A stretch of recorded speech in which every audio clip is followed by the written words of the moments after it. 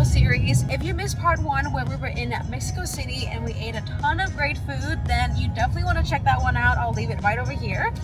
We are in Tulum the next few days. We have a jam-packed agenda. It's going to be filled with activities, the beach, and I'm so excited. This is my second time back in Tulum. Our flight from Mexico City to Cancun was about 2.5 hours. The closest airport to Tulum is the Cancun airport, and from there it's about a 2-hour drive down south.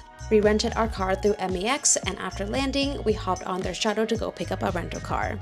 There's no public transportation or Uber in Tulum, so having a rental car makes getting around much easier, especially if you're not staying in the hotel zone, and especially if you would like to explore more of what Tulum has to offer beyond the beaches. If you're visiting with a big group of people, then I recommend hiring a private van with a driver.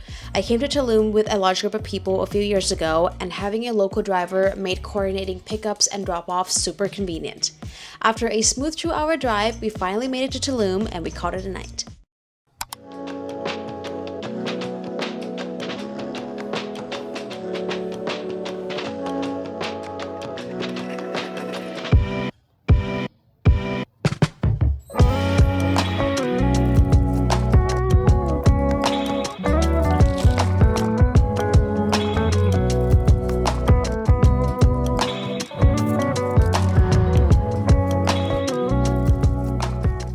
Good morning from Tulum. It is day 1. We are currently walking around our resort right now, just checking out all the amenities. We woke up and we saw like a few kitties running around the resort already. They're so cute. Honestly, I just want to take one home. We're gonna go grab some breakfast. I am craving some chilaquiles and like a smoothie bowl. I already feel like I'm gonna burn alive today. It's already so hot and it's only about like 10 a.m.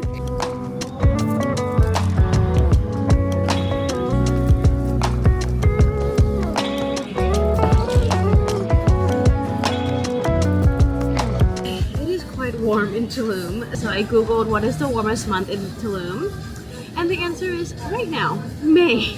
I got iced coffee. Derek got the green juice.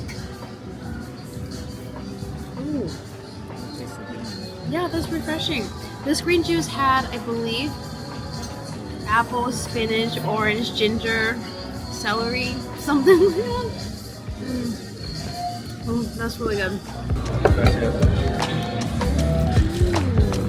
This is a giant bowl.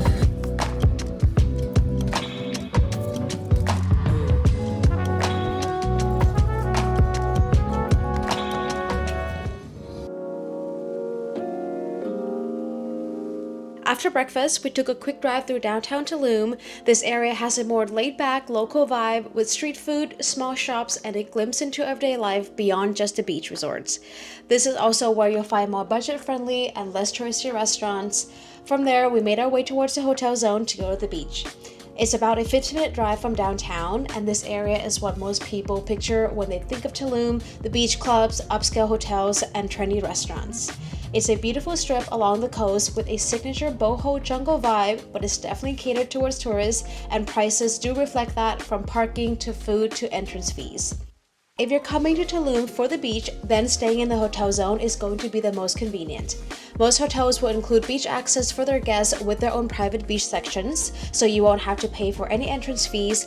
However, I do recommend venturing outside of the hotel zone, as Tulum has a lot more to offer beyond the beaches, like going to the cenotes, which you'll see more of that later in this video on day 2. Tulum does have a free public beach area, but to access the beach in the hotel zone, if you're not a hotel guest, most places will charge a cover fee or at least require a minimum spend towards food and drinks. This also gives you access to the hotel's amenities like sunbeds, restrooms, pools, and beachfront service. I recommend walking around and checking out a few beach clubs first, ask about their cover fee, look at their food and drinks menu, and don't be afraid to ask for a quick tour of the beach area before committing to one. That's exactly what we did, and we eventually chose this spot.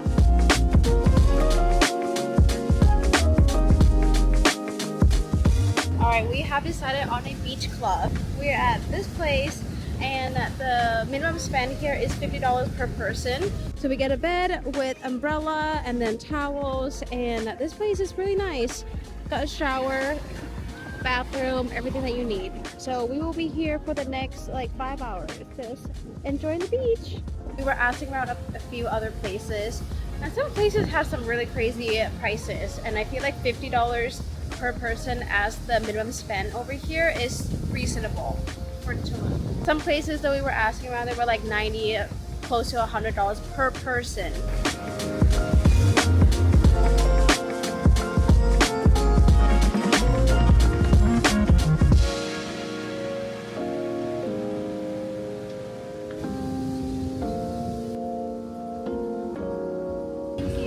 Is the complement in the house? The chips, okay? Okay, gracias. Enjoy. Alright, we got some shrimp tacos and ceviche. The service was outstanding and the food and drinks were great. We had a lovely time.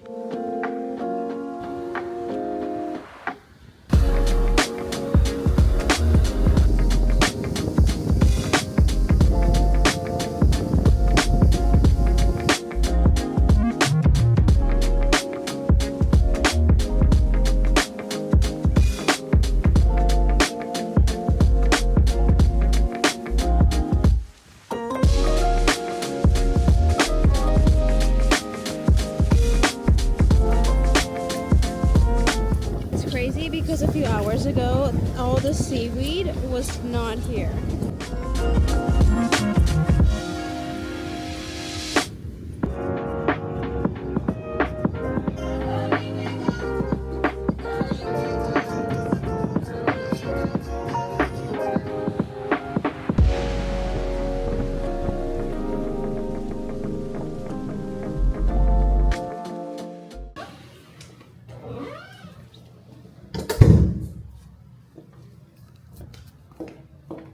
We are headed to dinner right now.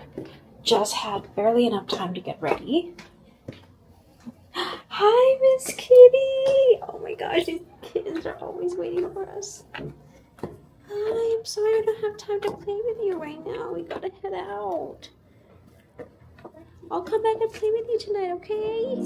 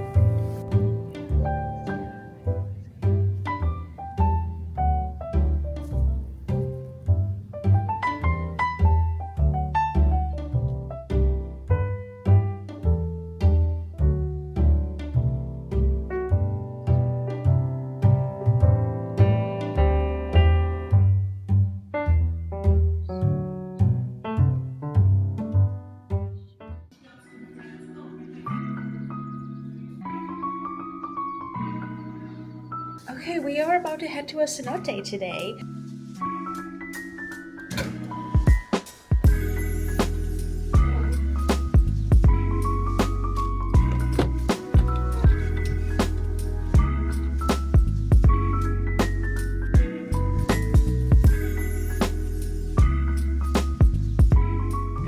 We are on our way to get some breakfast at Raw Love, which is a smoothie place, like acai bowl place, and then we'll be heading to the cenotes after. It is 10:30. Oh my gosh, we wanted to start our day like super early and get to the cenote right when it opens. So far that's not happening because it's already 10:30 and we are just now leaving. It's roughly about a 30-minute drive to the cenotes, but it's okay because we really needed that extra hours of sleep, hour or 2 hours of sleep. Yesterday we were just out in the sun like all day and it was a bit tiring.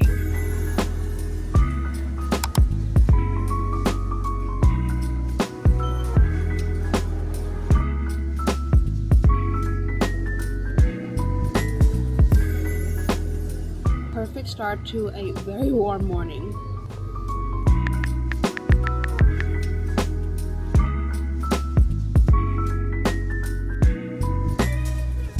Let's go!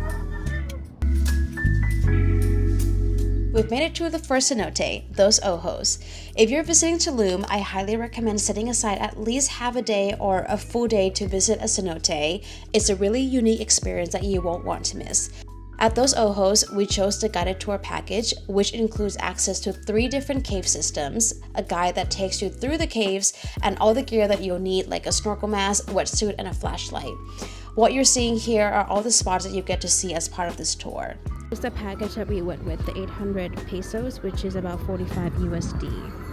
Alright, we got our wristband, let's go! We just got our ticket, so we're driving into the actual parking lot now.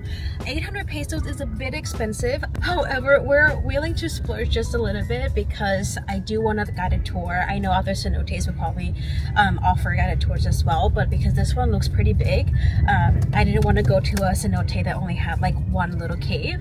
Cenotes are natural pools formed when Earth's limestone collapses, revealing the fresh underground water. And Tulum is famous for its cenotes because there are literally thousands within this region. Not all cenotes are created equal though, because some are amazing for diving and snorkeling, while others are better for a more relaxed swimming in a natural setting. There are 2 types of cenotes, closed and open. Open cenotes are exposed to the sky, so just imagine a natural swimming pool, and closed cenotes are located inside cave systems, where you'll swim in darker, enclosed space with dramatic rock formations. Choosing which cenote to visit in Tulum can be quite overwhelming because there are thousands to choose from, but I recommend first deciding whether you want to experience an open or a closed cenote. Alright, so we brought our own snorkel. They gave us life jackets. It's mandatory to wear these. And then we bought our own water shoes. This is really peaceful. There's not a lot of people here. We're here on a Wednesday at around 12 p.m.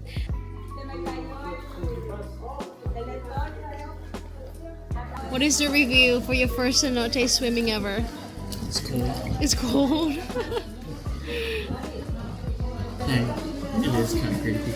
It is, right? Is it deep down there? It's not deep here, but like when you look over here, Yeah. that's where like the caves are. Yeah. So it's just like pitch black along the wall. At first glance, the water looks really shallow, and the white floor makes it seem like there's not really much going on down there, and it may seem like the water ends where the wall is in the back, but when you look underwater, that's actually where the underground cave begins. It is really deep, and it feels like you're entering a whole new world. Okay, we got our wetsuits on. And now we're going on a guided tour. What we were at was more of like a freestyle swimming area, and we were there for roughly about 30 minutes. You don't really have to wear the wetsuit, but it can get a bit cold in the caves. So, and I feel a bit more protected with the wetsuit on. So I opted for this wetsuit. I recommend wearing a wetsuit because the water can be really chilly, and also bring your own water shoes. These shoes were really helpful not only for walking between swimming areas, but also for when you're in the water. You'll be standing on slippery rocks, so it's best to keep your feet protected. Plus, you won't have to worry about taking them on and off when getting in and out of the water.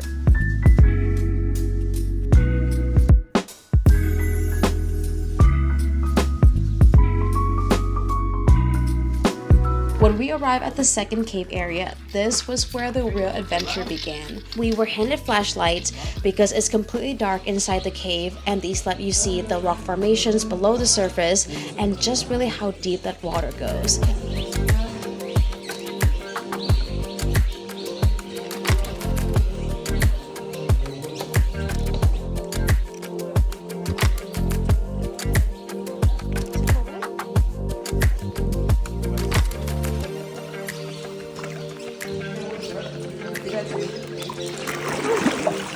I couldn't believe what I was seeing. I wasn't able to film underwater, but here are some example photos to give you an idea of what it looked like.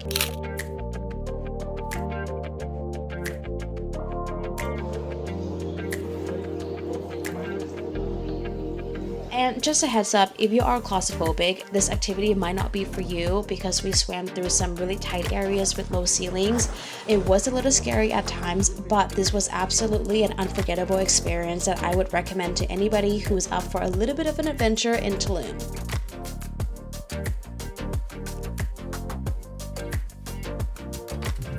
Then we headed to our second cenote of the day. This one was an open cenote. Cenote number 2. It definitely looks beautiful, but to be honest, we didn't love this one as much and we didn't stay here for very long. The cenote is really just good for a quick swim. It's open to the sky and has a night atmosphere, but there wasn't really much to see underwater, so it's not ideal for snorkeling. I still wanted to include the clips in this video so you can get a sense of the difference between open and closed cenotes and see how different each one can feel depending on what you're looking for.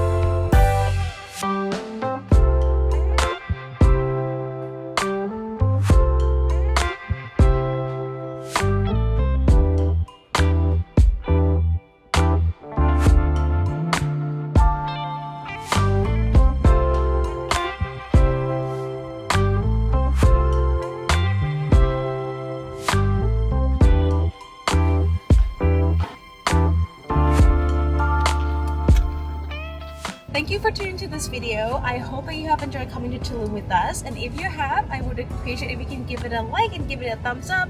Please consider subscribing. I make travel videos and we are on our way to our next destination right now, which is Playa del Carmen. So if you don't want to miss that vlog, then definitely hit that subscribe button and I will see you in my next adventure. Bye!